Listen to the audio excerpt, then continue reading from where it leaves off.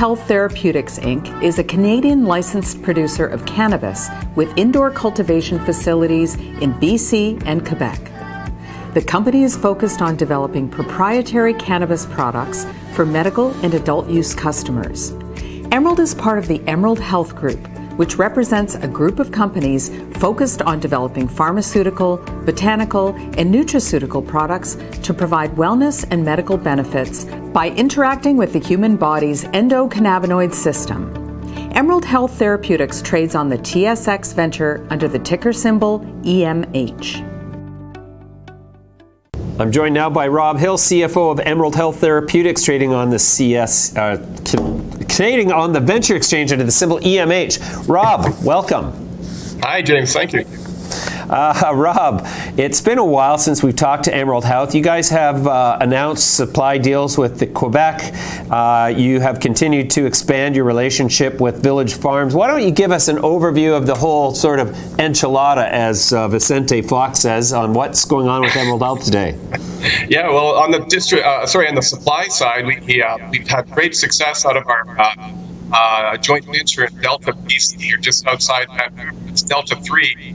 We've got almost the entire 1.1 million facility plant up, and it's producing high quality cannabis. And last week we announced the entering into an arrangement to get into the second facility with that same joint venture partner, Village Farms.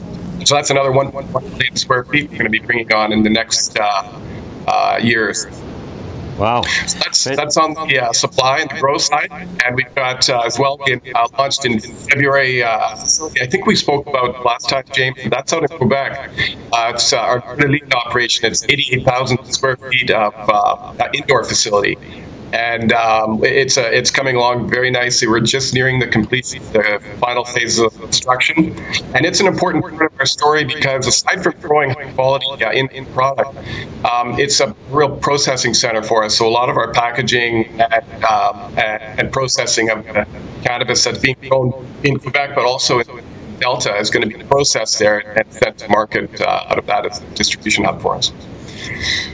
So that's the big news things, and as well, it's been a lot about getting these supply deals in place and starting to serve various provinces and territories. So we're coast to coast to coast. We've shipped now to as far east as Newfoundland, BC, our home province, obviously, and last week we shipped to the Yukon. So. And we're continuing to build out relationships with, as we announced yesterday with Quebec. We announced Alberta. We've got POs with Prince Edward Island and Saskatchewan. So we're busy. No doubt. So are you finding that the competitive environment in Canada is ratcheting up in terms of things like pricing and just shelf space in all of the government and private storefronts? Yeah, I think what everyone's finding in the industry is the challenge has been to get the product from the bulk side of it packaged and processed and onto the shelves, and everybody's been a little slow coming out of the gate on that, and that's why, as I mentioned, that our Quebec operation is so important to us because we're actually able to get it onto the shelves. In the near future, though, we will see increased pressure as more and more people are getting those the capabilities up, and then we'll see who can get the most shelf space. Sure. With your partnership on Village Farms has they've got operations in the United States and elsewhere. I'm wondering, is the relationship with Village Farms going to expose you to their sort of transnational opportunity? No, Village Farms is an arm's length partner, and the joint venture that we jointly own is right now Canadian only. So Village Farms is a great story. We love them as a joint venture partner, but they are their own entity, and they are doing some interesting things in the U.S., but it won't connect us to the U.S. Sure. Does the relationship with Pure Sun Farms / Village Farms, is it provide sufficient cannabis or provide for sufficient cannabis supply for all of your growth strategy?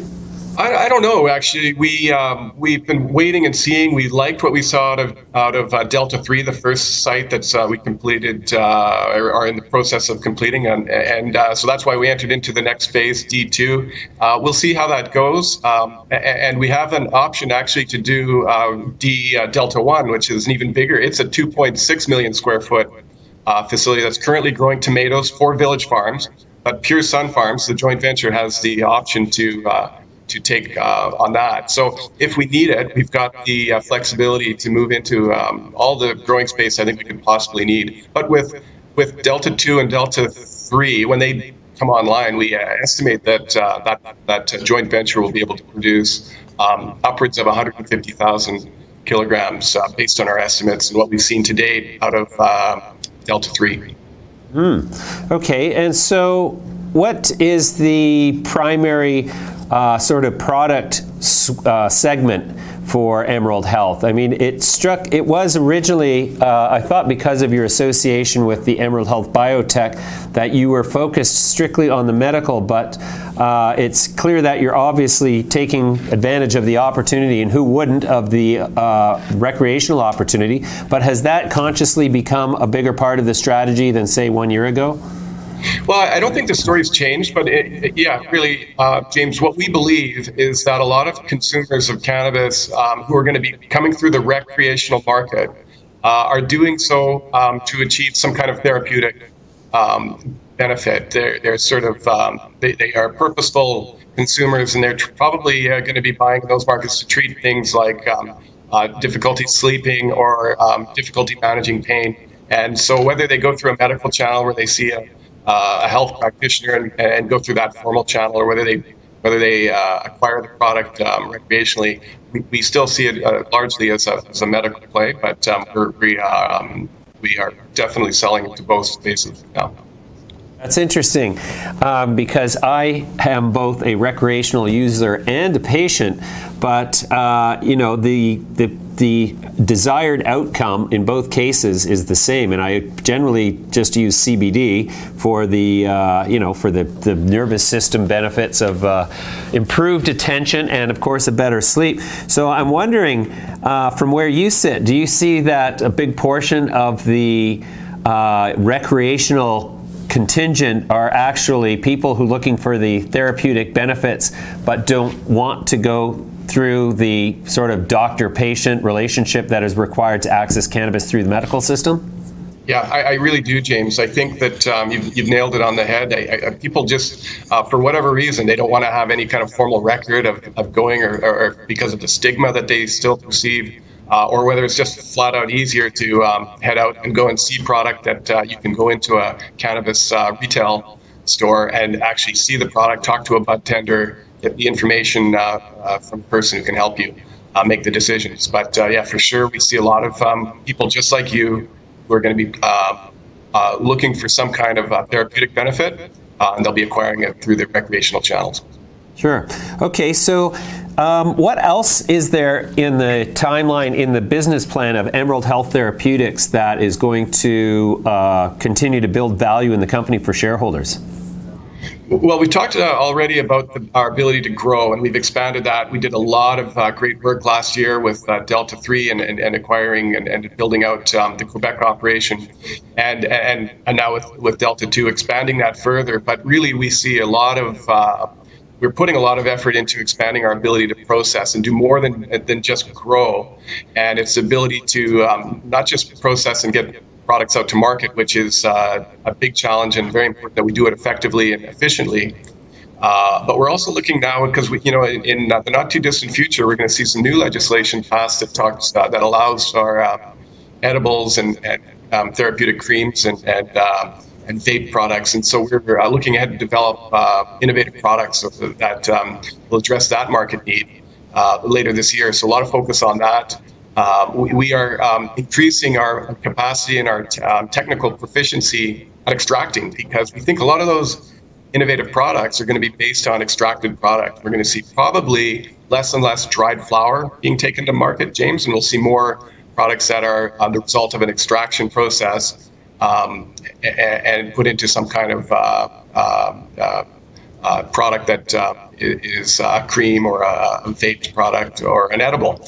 And so one of the focuses that we've had is developing good partnerships in that space. We announced a month or two back a relationship with an Italian company called Indena, and they are, we think, among the world experts in extracting, and particularly extracting CBD from industrial hemp, so low percentage hemp.